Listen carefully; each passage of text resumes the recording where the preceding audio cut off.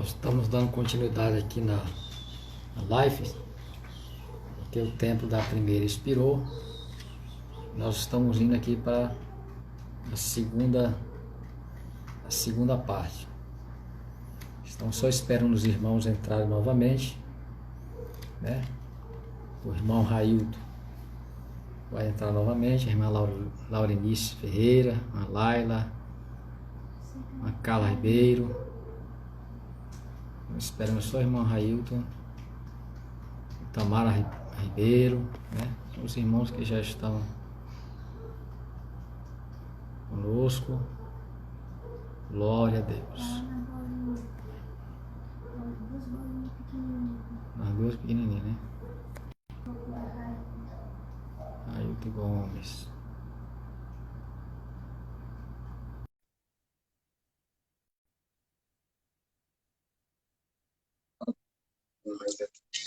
Se organizando. Glória a Deus. No Instagram tem esse limite, mas agora a gente vai continuar aqui, irmão Railton. Tá, tudo bem. Sim, como eu estava afirmando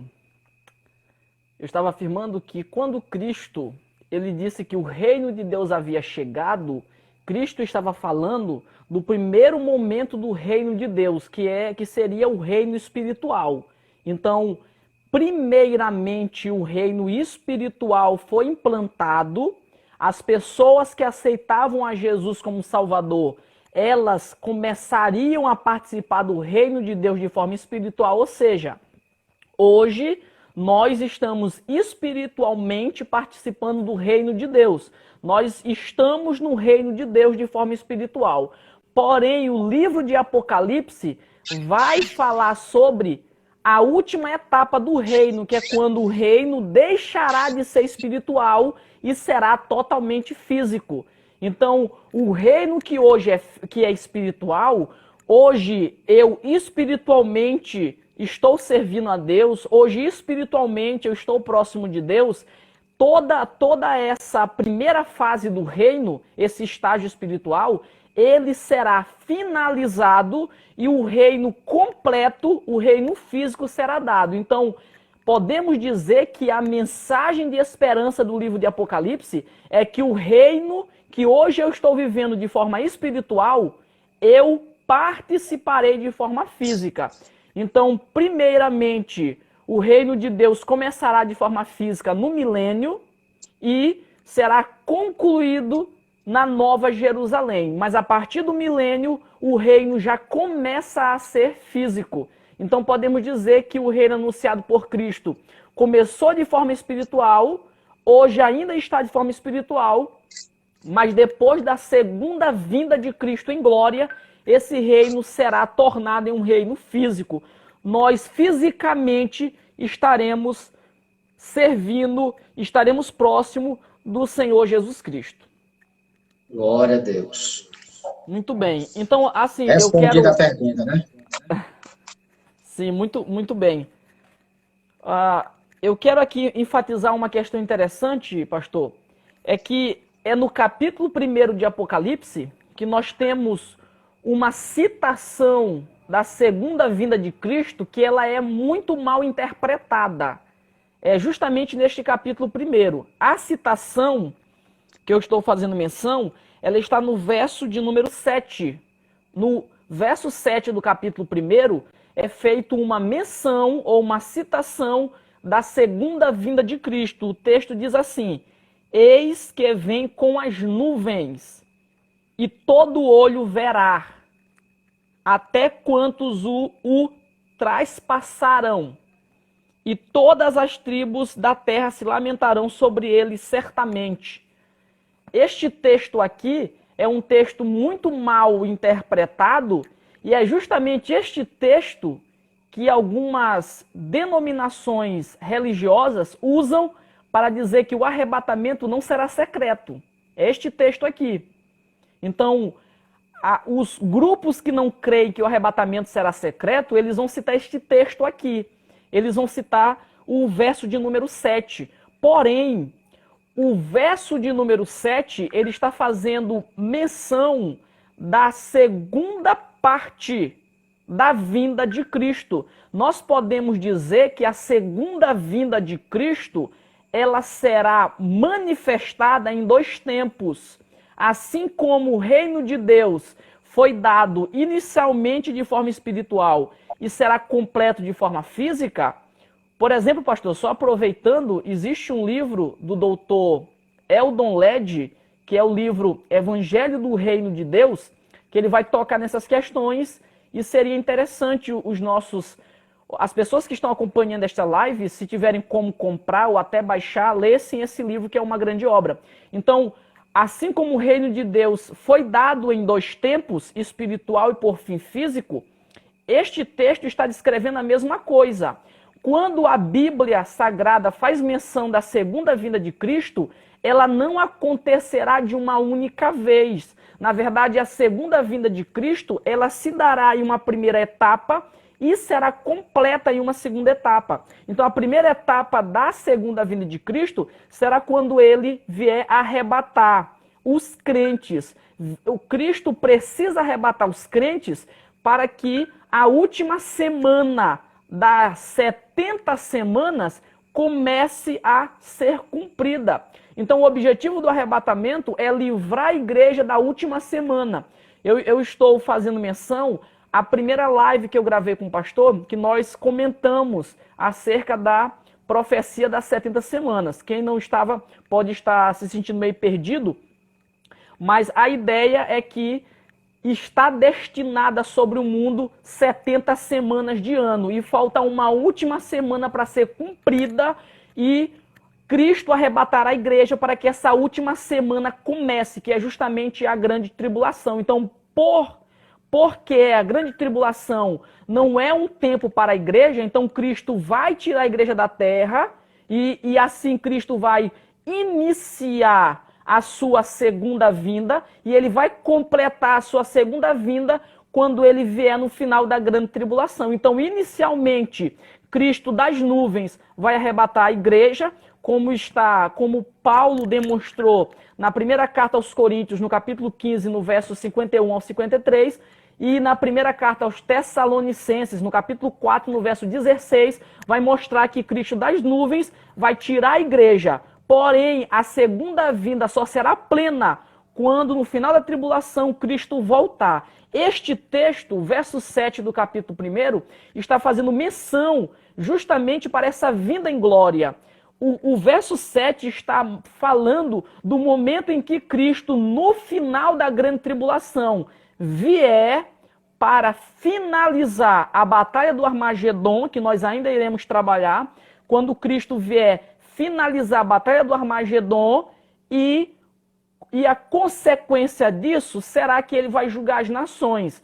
Então nós não podemos confundir a vinda de Cristo para o mundo, que será no final da grande tribulação, com a vinda de Cristo para a igreja. Entenda uma coisa, não é que Cristo voltará 2 vezes, é que a segunda vinda de Cristo, ela terá 2 momentos. Você pode dizer assim, mas isso é estranho. Na verdade, não é. Por exemplo, a ressurreição, a primeira ressurreição, como a Bíblia fala, ela não acontecerá só de uma vez. A Bíblia faz menção de uma primeira ressurreição. Mas eu poderia citar aqui, por exemplo, a primeira ressurreição vai ter, observem bem, vai ter a ressurreição do salvo pelo arrebatamento, vai ter a ressurreição das 2 testemunhas durante a grande tribulação, vai ter a ressurreição dos mártires da grande tribulação, vai ter a ressurreição dos judeus no final da grande tribulação. Observem, eu citei 4 ressurreições, mas a Bíblia diz que todas essas são a primeira. Por que são a primeira? Porque na verdade é um pacote. Então várias coisas acontecerão dentro da primeira. Então a Bíblia diz, quando a Bíblia fala, por exemplo, de que uma coisa chama uma coisa de primeira, na verdade não quer dizer que acontecerá só de uma vez. Pode estar dizendo que a primeira como um pacote. Então, a Bíblia fala de uma segunda vinda, mas não quer dizer que ela acontecerá só de uma única vez. Então, esse verso 7 não está fazendo menção do arrebatamento. Eu quero aqui, pastor, frisar esse ponto, porque tem muitos irmãos nossos que eles são levados por hinos E os hinos usam esse texto para falar do arrebatamento. E qual é o problema disso? Porque esse texto diz que todo olho verá. Se todo olho ver Cristo voltando, então Cristo não vai voltar secretamente. Então isso daria problema. Então esse texto não está fazendo menção ao arrebatamento, muito pelo contrário. É uma menção à vinda de Cristo no final da grande tribulação. Eu só quero esclarecer esse ponto porque eu sei que é um ponto onde as pessoas têm muita dificuldade. Mahail, quando a Bíblia está dizendo que Jesus vai vir a segunda vinda, né? Ele desce do trono, assim? Isso. Ele sai do trono e vem para as nuvens, assim? Vem até as Isso, um nuvens. arrebatamento. Certo. Aí a igreja sobe, certo? Sim. Aí se dá lá nas nuvens, né? O tribunal de Cristo e as bodas do Cordeiro. Explica essa questão aí para os irmãos começarem a entender melhor esse versículo, para que, muito bem, que entendam o que é a segunda vinda de Jesus, entendeu? Porque ótimo. Jesus vem até a nuvem depois que Jesus desce na terra, assim? Sim, porque assim, é interessante nós falarmos qual é o objetivo do arrebatamento da igreja. É interessante nós falarmos, porque muitas pessoas pensam que o arrebatamento não tem utilidade nenhuma. As pessoas chegam a pensar que o arrebatamento não tem motivos. Mas nós podemos, pelo menos, citar alguns objetivos para o arrebatamento da igreja. Por exemplo, o primeiro objetivo do arrebatamento é que a igreja não foi destinada para a grande tribulação. Você não vai ver textos que afirmem que o período tribulacional de 7 anos foi destinado à igreja. Muito pelo contrário. Baseado em Daniel capítulo 9, a Bíblia vai dizer que as 70 semanas ela foi destinada para os judeus. Muito bem. Tem uma irmã pedindo para mim repetir as 4 ressurreições. Eu repito já. Depois que eu fizer esse esclarecimento, eu falo. Pode deixar, irmã. Eu vou repetir com certeza. Vamos lá. Então, o arrebatamento será a forma de Deus de não permitir que a igreja passe pela grande tribulação. Porém, o arrebatamento também será o momento, ou o arrebatamento vai começar o momento da igreja ser recompensada por seu trabalho na terra. Nós vamos ler vários textos na Escritura que vai afirmar que o trabalho no Senhor não é vão, textos que vão afirmar que as obras elas serão testadas pelo fogo, textos que vão falar que o Senhor vai exigir os nossos trabalhos. Então, em que momento os crentes passarão por essa recompensa? Qual será o momento? Então, o arrebatamento será o tempo em que os crentes começarão a ser recompensados por suas obras. Então, o arrebatamento será para tirar os crentes da terra, elevar os crentes às alturas, para que nas alturas os crentes passem por esse julgamento de obras. Não ache que é julgamento para condenação. Tem muitas pessoas que pregam, e isso é um erro bíblico, pessoas que dizem que os crentes serão julgados, que os crentes terão as suas vidas passadas em telões, e isso é muito estranho, eu não sei de onde foi tirado isso, mas os crentes não serão julgados para a condenação. Na verdade, Romanos capítulo 8 e verso 1 vai afirmar que agora, pois, nenhuma condenação há para quem está em Cristo Jesus. Então não há julgamento para condenação para os salvos. Então, o julgamento que os crentes passarão depois do arrebatamento será apenas para a recompensa de obras. Então, Cristo irá recompensar os crentes por seu trabalho na terra, por suas obras, por sua sinceridade no trabalho do Senhor. E após esse momento de recompensa, vai começar o casamento. Será o momento em que nós, que somos salvos, deixaremos de ser apenas a noiva de Cristo e passaremos a ser, de fato, esposa. Então, depois do momento das recompensas ou do tribunal de Cristo, a igreja passará pelas bodas ou festas do Cordeiro. Cordeiro é outro nome que Jesus recebe. Então será a festa de casamento, será uma festa destinada ao Senhor Jesus Cristo. Então a igreja, ela será transformada, ela passará de etapa. A igreja deixará de ser apenas uma noiva e, de fato, estará em um casamento verdadeiro. Então, eu citei pelo menos 3 motivos porque o arrebatamento deve acontecer. Para livrar a igreja da grande tribulação, para que os crentes sejam recompensados e para que os crentes tornem-se noiva verdadeira e vivam um casamento completo com o Senhor Jesus Cristo. Claro que não são apenas 3, eu citei 3 para elucidar a questão que nós estamos tratando. Pastor, deixa eu só responder, só repetir o que a irmã pediu. Você vai já repetir? Deixa eu só para não esquecer aqui.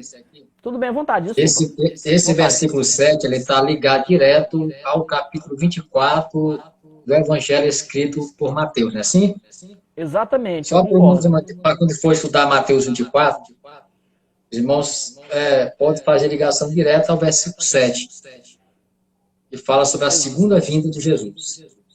Para não confundir com a primeira fase da segunda vinda, né? Exatamente. Porque às vezes eles vão ler o capítulo 24 e começam logo, né, a misturar tudo e acaba confundindo essa questão, né, da exposição do texto. Isso tem complicado muito nas igrejas, essas questões aí. Sim, exato. Assim, só para se acrescentar mais sobre isso, então assim, para você não se confundir, para você não ficar confuso nessa questão, é só você observar o seguinte: toda vez que a Bíblia falar da vinda de Cristo e disser que as pessoas verão, que as pessoas vão se lamentar, que ela será um clarão de luz, que as pessoas irão tremer, toda vez que fazer menção a pessoa sentindo medo, não é uma referência ao arrebatamento, é uma referência à vinda em glória. Como o arrebatamento é secreto, as pessoas não terão essas emoções. Então, essas emoções, sentir medo, sentir tristeza, ela só é possível para aqueles que ficarem para a vinda em glória. Então, toda vez que o texto falar, por exemplo, o texto disser, ai daqueles que se encontrarem com o Senhor Jesus porque chorarão, temerão, isso é uma referência à vinda em glória. Não pode ser o arrebatamento, porque o arrebatamento será secreto e será invisível e será rápido. Porque ele é rápido, porque ele é secreto, as pessoas não perceberão. Então, todo texto que fizer menção a pessoas percebendo, na verdade é uma descrição da vinda do final da grande tribulação. Não é uma descrição do arrebatamento. Só para essas características assim para tentar ajudar os nossos irmãos. Deixa eu só falar o que a nossa irmã pediu. Então assim, a irmã pediu que eu repetisse quais são as ressurreições que acontecerão. Eu falei o seguinte, eu disse que eu vou acrescentar a do Senhor Jesus Cristo, porque eu não acrescentei ainda há pouco. Então vamos lá. A primeira ressurreição em glória foi a ressurreição do Senhor Jesus Cristo.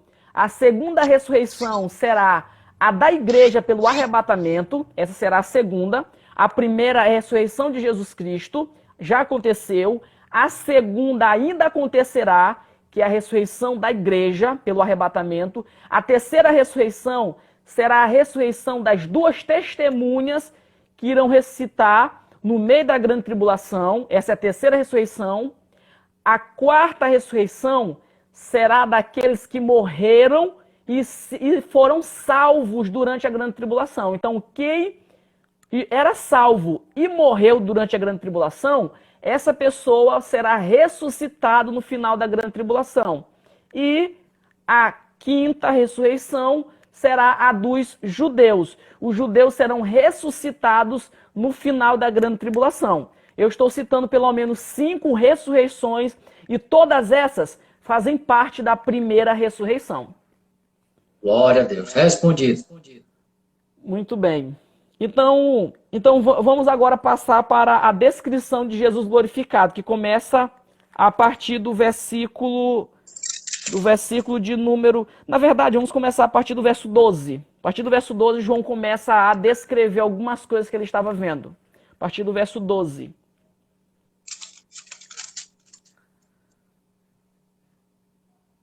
Vamos lá. O verso 12 diz assim: voltei-me para ver quem falava comigo, Eu estou no verso 12, para quem está acompanhando, nós estamos no capítulo 1 e no verso 12.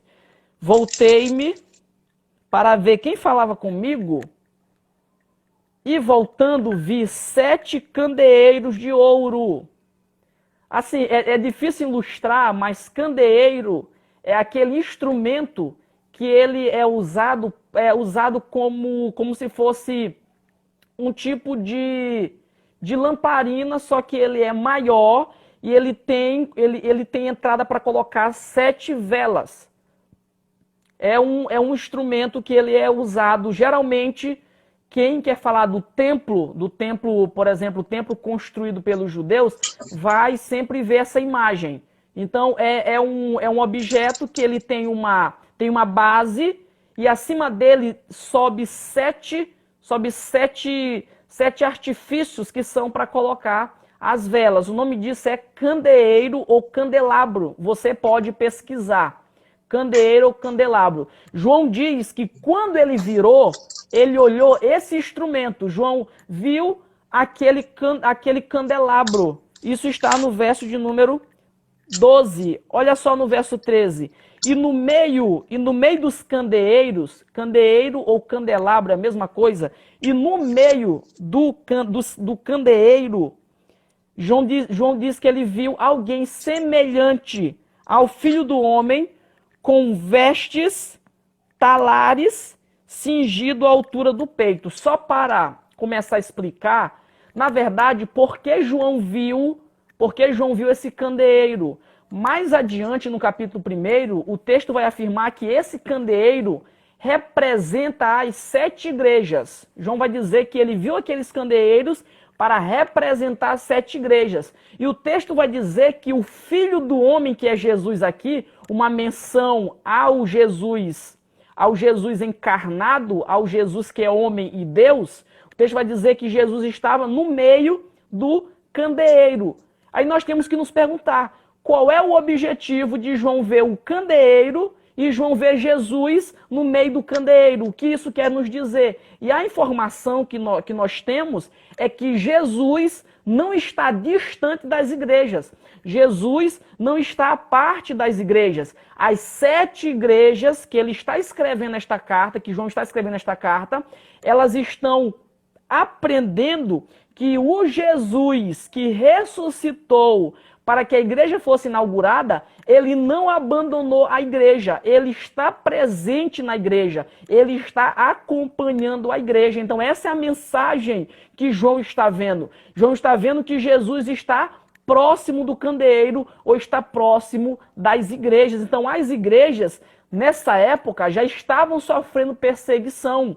Então o que eles estavam aprendendo é que mesmo com perseguições, o Filho do Homem não deixou de estar próximo deles. O Filho do Homem estava guardando as igrejas.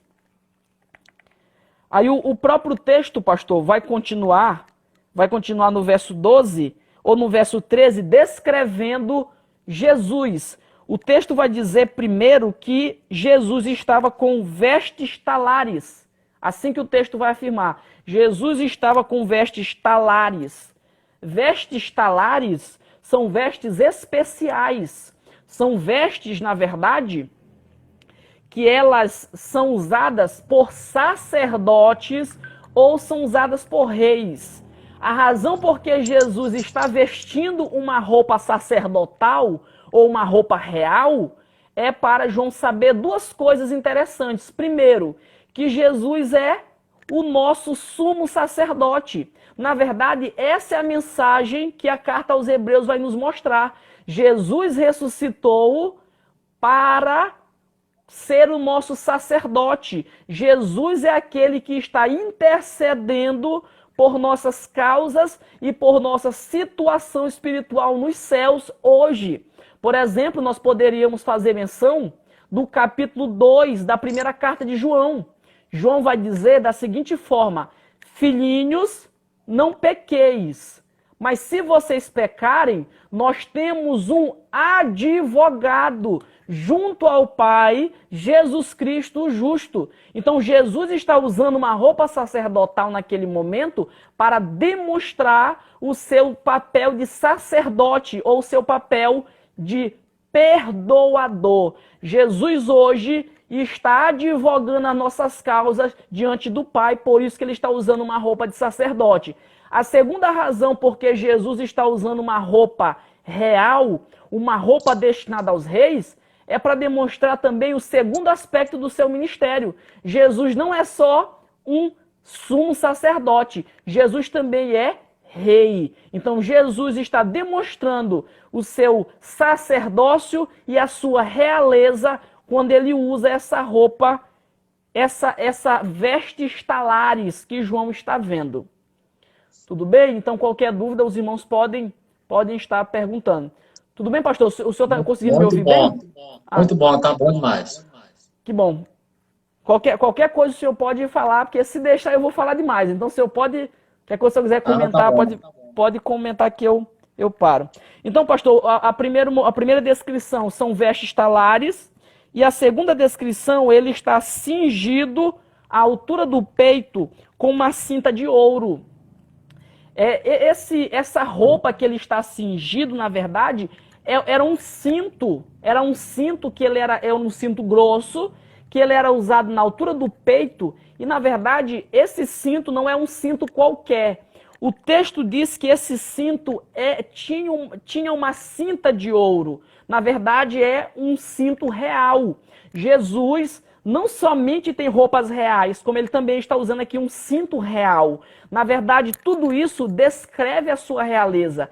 E aqui nós temos um grande contraste, pastor, porque na encarnação de Cristo, várias vezes ele foi apresentado como alguém que não tinha casa, que não tinha propriedades, alguém que precisava de ajuda financeira, alguém que constantemente passou necessidades. Porém, agora ele é apresentado não mais como um servo sofredor pobre. Agora ele aparece como alguém poderoso e alguém que não tem necessidades financeiras. Então a ideia aqui é que o nosso Jesus, ele é rei em todos os sentidos. Jesus é um rei por excelência em todos os sentidos. Até Jesus, apesar de não precisar daquilo que nós consideramos como riqueza material hoje, mas ele demonstra isso para mostrar que ele é rei em todos os sentidos. Railton, não sei se pouco tempos atrás, teve um certo pregador aí fora, né? Que Sim. pregou que Jesus teve até casa na praia, né? Sim, aí é um contraste com a escritura de Jesus que foi para a cruz, de Jesus antes da cruz, né? Jesus que andou pregando o evangelho, né? De cidade em cidade, povoado em povoado. Isso é muito estranho, pastor. Leva as pessoas, né, totalmente a sair das escrituras, onde mostra a glória, a riqueza, o poder de Jesus já é, né, após a sua ressurreição, né, é descrito agora no capítulo 1 de Apocalipse. Exatamente. Na verdade, essas afirmações elas não são interessantes porque, assim, apesar de Jesus ter um trabalho, apesar de Jesus ter uma profissão que provavelmente ele era carpinteiro, porque havia uma cultura onde o filho seguia a profissão do pai, mas assim, Jesus foi carpinteiro no início, mas ele não continuou sendo carpinteiro. Ele não continuou sendo carpinteiro. O seu ministério não permitia isso. Então Jesus abdicou totalmente das ajudas financeiras que ele poderia ter pelo seu trabalho e se entregou totalmente ao ministério que ele veio realizar.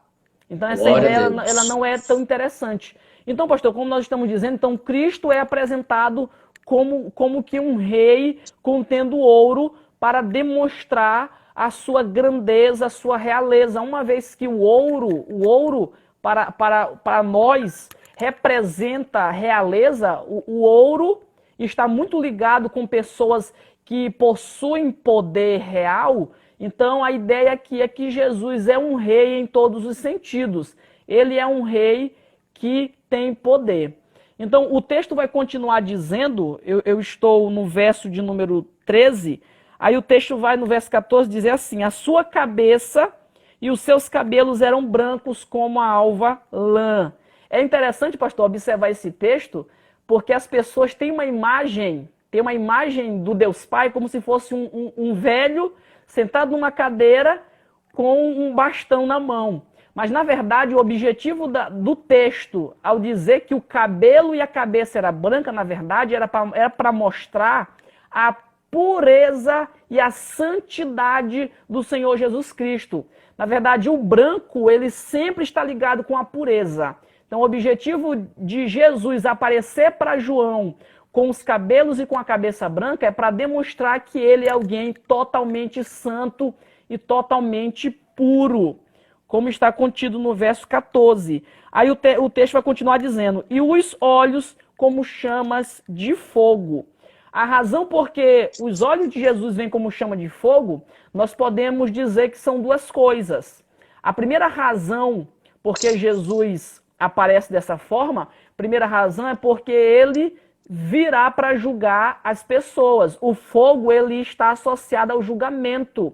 O fogo está muito ligado ao julgamento porque o julgamento purifica.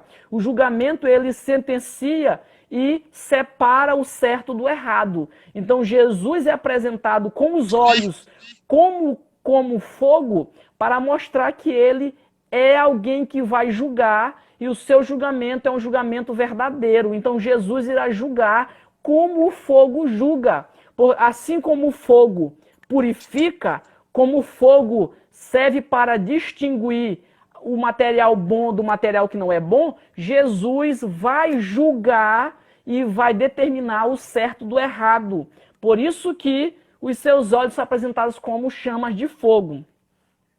E nós temos o verso 15 dizendo assim, o verso 15: os pés semelhante ao bronze polido, como que refinado numa fornalha. Essa aqui também é uma ideia de realeza ou de grandeza, porque o bronze era um material que os reis usavam tanto nos seus aposentos, no seu trono, quanto eles usavam na própria roupa. Então a ideia aqui é uma ideia de realeza. Ele estava com os pés semelhante a bronze. Essa seria uma ideia de realeza. E por último, aqui no verso 16, e por último no verso 15, o texto diz que a sua voz era a voz como de muitas águas. A razão disso é porque assim como a água ela tem muita força, a água, quando ela vem em grande potência, ela causa grandes assim, impulsos. Então a ideia é que Jesus tem uma voz poderosa também. Então Jesus fala como muitas águas para demonstrar o poder da fala de Jesus. A sua fala é uma fala potente, é uma fala poderosa, é uma fala tão poderosa que lembra as muitas águas, lembra o impacto das águas. Então João termina descrevendo Jesus dessa forma. Eu só quero lembrar que Jesus está aparecendo dessa forma porque cada coisa dessa tem uma referência, tem uma simbologia, como nós estamos explicando. A ideia não é que Jesus seja desse jeito, a ideia é que ele está aparecendo desse jeito porque tem um valor simbólico. Jesus queria que João aprendesse coisas com essa aparição da parte dele. Então essa aqui é uma aparição de Jesus para João aprender coisas acerca de quem Jesus é. Então para finalizar o capítulo 1, João vai agora ter as explicações. E o verso 16 vai dizer o seguinte, que Jesus tinha na mão direita 7 estrelas e da boca saía uma afiada espada de 2 gumes. O seu rosto brilhava como o sol na sua força. O texto vai dizer aqui, que ele tinha na mão as 7 estrelas e o texto vai responder no verso de número... Só encontrar aqui o verso. Pronto, no verso de número 20, observem, a resposta do verso 16 está no verso 20. O texto vai dizer assim, ó: quanto ao mistério das 7 estrelas, que é visto na mão direita, e aos 7 candeeiros de ouro, as 7 estrelas são os anjos da igreja, os pastores, e os 7 candeeiros são as igrejas. Então, assim, por que Jesus estava com 7 estrelas na mão? A primeira informação é que os pastores são as estrelas. As estrelas estavam na mão direita de Jesus, primeiro, porque a mão direita é a mão da ação, é a mão que nós usamos para fazer as coisas. Jesus estava com os pastores na sua mão, tanto para mostrar que os pastores estavam seguros na mão de Jesus, os pastores não estavam abandonados, eles estavam na mão de Jesus, e segundo, que os pastores são mandados por Jesus. Então o texto vai dizer que os pastores estão na mão direita de Jesus, justamente para mostrar esses dois aspectos, que os pastores estão guardados por Jesus e que os pastores são mandados por Jesus. Quando Jesus quiser, ele vai enviar os pastores, porque eles estão na mão direita de Jesus, na mão de ação, a mão que Jesus usa para a ação.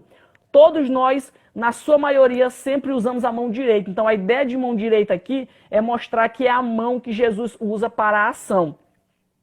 E o texto vai terminar dizendo que as igrejas são aqueles candeeiros. Então, como eu já havia explicado no início, as igrejas são representadas como candeeiro, nós poderíamos dizer assim. Por que a igreja é representada por um instrumento que ilumina? Por que tantos instrumentos o Senhor Jesus escolheu justamente esse instrumento de iluminação? E a razão é porque a igreja foi chamada por Cristo para servir como luz nesta terra. A razão por que a igreja é simbolizada pelo candeeiro é porque o candeeiro era usado para trazer luz. Então a igreja tem o mesmo objetivo. A igreja, ela deve trazer luz para aqueles que estão em trevas em todos os momentos aonde a igreja estiver. Tudo bem, pastor? Eu acredito que vamos ficar só no capítulo 1. Eu já ia te dizer porque o capítulo é muito profundo, né? Verdade. Aí nós vamos deixar o capítulo 4 para a próxima sexta-feira. Para Tudo assim, bem. ser até melhor para explorar o assunto, Tudo é para ter verdade, mais verdade. tempo de explorar o assunto, os irmãos puderem aprender mais, né? Verdade, Vão tirar mais verdade. suas dúvidas, né? Aí os irmãos já ficam até estudando o capítulo 4, né? E Sim, escrevendo as suas dúvidas, suas perguntas, para que chegar na live de sexta-feira, na próxima sexta-feira, já está prontinho com a pergunta para interrogar o doutor Rail. não, ótimo, Doutor ótimo, Rail, tudo bem. nessa oportunidade de fazer suas considerações finais, eu quero que você também deixe uma palavra aí para a nossos irmãos, a igreja, amigos, né, que estão nos assistindo. Dá Sim, uma tudo palavra bem. para os irmãos agora, né? Sim, como eu havia dito no início, nós devemos entender a mensagem do livro de Apocalipse como uma mensagem de segurança e uma mensagem de tranquilidade para os servos do Senhor. Nós observamos neste capítulo 1 que os pastores estavam na mão do Senhor Jesus Cristo. A igreja, Cristo estava dentro das igrejas. Então esta mensagem de Apocalipse é uma mensagem de tranquilidade. Nada que venha acontecer o que está acontecendo, ela está fora do controle de Deus. Nada que possa acontecer vai tirar a firmeza, vai tirar o sustento da própria igreja. A igreja está firmada e sustentada no Senhor Jesus Cristo. Então a mensagem que nós queremos colocar neste tempo é que nós temos que crer que o mesmo Cristo que inaugurou a igreja nunca deixou a igreja nem um dia só. Cristo está constantemente diante da igreja, está constantemente guardando os líderes da igreja, e a igreja ela só vai deixar a terra quando o Senhor Jesus Cristo quiser, que será através do arrebatamento. Então nós temos que, a cada dia, crer nessa mensagem de esperança. E como eu disse no início, eu quero repetir aqui a frase do pastor Billy Graham. A Bíblia termina dizendo, vai dar tudo certo. Então nós temos que crer na mensagem de esperança. A última página da Bíblia está à nossa disposição e lá está escrito que tudo vai terminar bem. Então, o nosso esforço deveria ser crer no Senhor Jesus Cristo e não abandonar o Senhor Jesus Cristo de maneira nenhuma. Nós temos que entender que Cristo é aquele que nos guarda na sua mão direita. A mão direita é a mão da força. A mão direita é a mão da ação. Então, Cristo está nos guardando na sua mão direita. Tudo bem? Então, essas aqui são as minhas considerações. Eu espero em Cristo que essas lives elas sirvam para o crescimento da igreja do Senhor Jesus Cristo. Nós queremos mesmo abençoar a vida dos irmãos. Juntamente com o pastor Jonas, nós queremos contribuir para o esclarecimento dos irmãos. Como o pastor já disse, todas as sextas-feiras você pode ficar ligado, você pode assistir a partir de 8 horas. Já compareça aqui na live que você vai aprender mais da palavra de Deus. O problema é que se você chegar no final da live, você vai acabar perdendo boa parte do que estamos falando. Então assim, pastor, só um lembrete. Quem perdeu o início da live e está chegando agora, a live ficará gravada no Instagram da Mocidade, ad.mocidade.pho. Então vai ficar gravado, você pode assistir a live com mais detalhes. E essas são as minhas palavras para a glória de Deus. Irmão Railton, eu queria lhe perguntar, na questão do curso que o senhor está coordenando, como é que está funcionando para os irmãos saberem como é que está funcionando o curso, né? Vocês estão fazendo online, como é que vocês estão fazendo? Na verdade, o nosso curso de teologia, os nossos cursos de forma geral, eles não estão acontecendo neste período de quarentena. Nós não estamos realizando cursos formais porque alguns alunos estão tendo dificuldade em relação tanto financeiro quanto os equipamentos. Mas aproveitando que o senhor está falando, quem tiver interesse em ter mais conteúdo, o seminário EFLOP, organizado pelo diácono Fabrício Marques, ele está liberando aulas no seu canal. Então, quem quiser ter mais conteúdo teológico de qualidade, você pode estar acessando o canal bíblico interativo do nosso irmão Fabrício. Eu vou até pedir, se o irmão Fabrício tiver, ou a sua esposa, que coloquem na descrição aqui na mensagem o nome do canal do irmão Fabrício, porque os nossos irmãos podem estar assistindo no YouTube para ter mais informações. Porém, quem quiser fazer teologia em nível superior, bacharelado em teologia, você pode estar nos procurando. Nosso escritório está funcionando em frente ao Paraíba, em cima da Buguelas Bijuteria. Você pode estar nos procurando na sala 2 para tirar as suas dúvidas em relação ao curso e ingressar em um curso em nível superior de teologia. O que é teologia? Teologia é o que nós estamos fazendo aqui. É um estudo avançado da palavra de Deus. Bom, Railton, com muito pesar no coração, nós vamos ter que encerrar a live de hoje, né? Mas eu já quero agradecer a sua participação mais uma vez. Deus abençoe a sua vida, né? Continue lhe usando, continue sendo esse obreiro, né? Atencioso e cooperador na obra do Senhor. Na próxima sexta-feira, se Jesus tiver voltado, vamos estar novamente aqui, né? Trabalhando, cooperando com a igreja, né? Trazendo esclarecimento à igreja e capacitando pessoas que, quando estão fazendo a exposição da Bíblia Sagrada, as pessoas estão sendo capacitadas a pregar o Evangelho. Deus em Cristo nos abençoe. Exatamente. Pastor, só uma questão, deixa eu só fazer menção aqui do nome do canal aqui do Diácono Fabrício. Pronto, ó. O canal, para os irmãos terem mais conteúdo teológico, é o canal Espaço Bíblico Interativo. Quem quiser mais conteúdo teológico, mais informação, Espaço Bíblico Interativo. Você pode estar acessando. Inclusive, lá nós temos 3 aulas que foram gravadas agora sobre a doutrina do pecado. Quem quiser assistir pode estar acessando esse canal. Tá bom, pastor? Muito obrigado pela oportunidade. Esperamos em Cristo nos encontrar. Amém. Deus Tudo abençoe bem. sua família. Glória a Amém. Deus. Glória a Jesus. Nós vamos estar encerrando a live de hoje com muita gratidão no coração, alegre, muito feliz. Com certeza você foi ricamente abençoado com a palavra de Deus, com o ensinamento, com a exposição do primeiro capítulo de Apocalipse. Você pode ter certeza que o Senhor está guardando a sua igreja. Muitas pessoas estão dizendo por aí, o que será da igreja após a pandemia?